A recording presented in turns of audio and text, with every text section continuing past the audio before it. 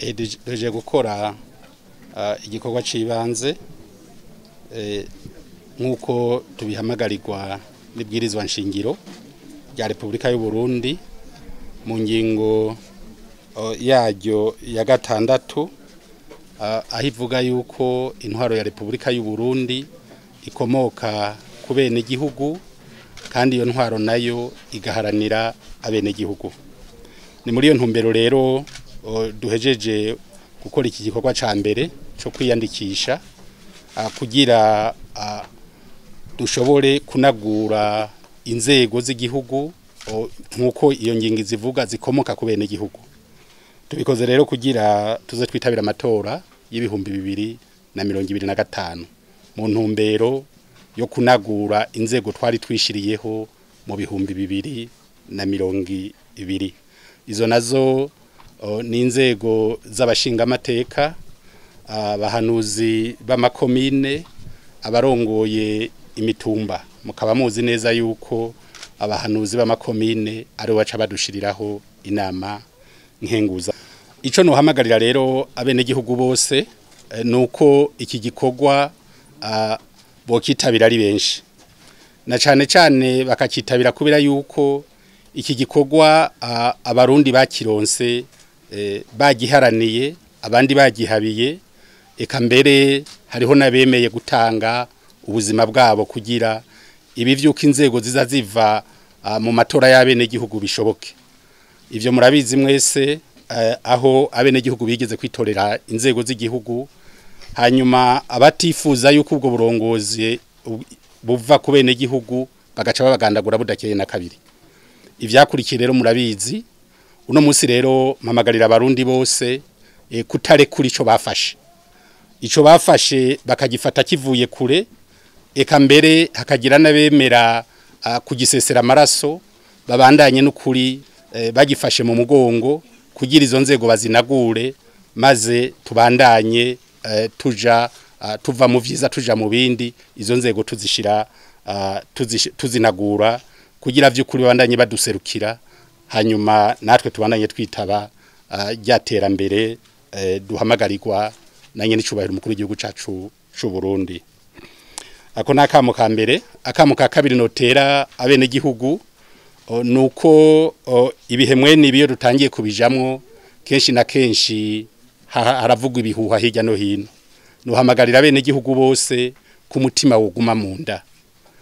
Aya matora tugiyemwo na matora azokorerwa mu ntara uko ari 5, akorerwa mu makomine 42, amwe twisunze uko ubutegetsi bw'igihugu butunganijwe no munsi nkuko abene gihugu babizi, aho twavuye ku ntara 15 tukaja ku ntara 5, amakomine 119 tukaja ku makomine 42.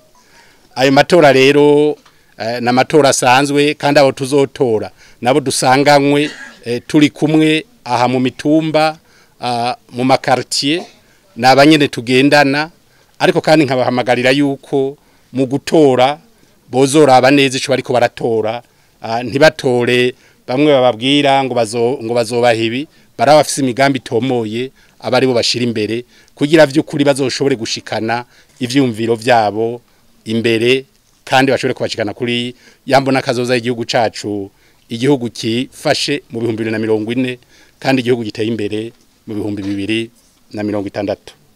Ikindi nagire nshikirize nibijanye n'ikiganiro twakoze aho twari gutanga raporo mu nama nshinga amateka na nkenguza amateka ku munsi wa 4 ku kibazo cabajijwe n'umushinga amateka, aho yabajije ikibazo abaza ati hariho abakoze rusansuma yaheruka ko bo batararonka agashahara kabo ico bari baremerewe.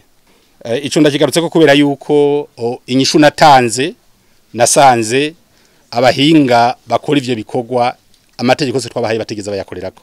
Kuri ivyo mbere nagira mbanze kwizina ryanje no kwizina ry'umugwi w'igihugu ujerewe gukurikirana rusansuma nsaba imbabazi. Izo mbabazi mbanze ndazisabe cyane bene wacu bakoze rusansuma kubera yuko twe twaratanze amategeko nk'umugwi w'igihugu jeje gukurikirana rusansuma tunasaba yuko uzotanga ibikoresho byose yari karakoresha yuko yo caronswa agahembo kiwe mugabo byabaye igitangaza cyane dusanze gushika uno munsi ako gashara kabo atako bararonka aho rero nagira ndabasabe nkuko bamye bihangana ndanabamenyesha yuko ikibazo tugifashe mu minwe kandi tugiye kugikurikirana ku munsi kubera ko twabonye yuko abo twari twabwiye ngo babikore batabikoreye ku gihe tugiye kuvyikurikirana ku munsi kugira ko tuzohemuka tubonye yuko ako gahembo kabo kabashikiriye. Ikigira kabiri nagomba nk'umushikiranganje wa mbere nsaba imbabazi mpereye ku mukuru w'inamashinga amateka na nkenguza amateka eka n'abashinga amateka bose ku nyishu natanze kubera ko nahenzwe nabo bategerezwa kubikora bambwira yuko byose byaheze mugabo mu nyuma nkaza kwisanga atavyo barakora.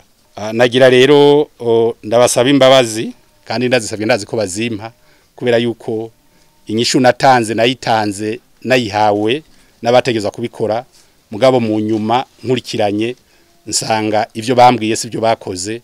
Ivyo byose rero ndabisaba imbabazi kandi ndabasabe ubwo butumwa muze kubushikiriza.